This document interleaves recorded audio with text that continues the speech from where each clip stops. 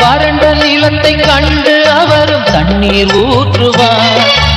இருண்ட மனதை தேற்ற அவரும் ஒளியை வீசுவார். வறண்ட நிலத்தை கண்டு அவரும் தண்ணீர் ஊற்றுவார்.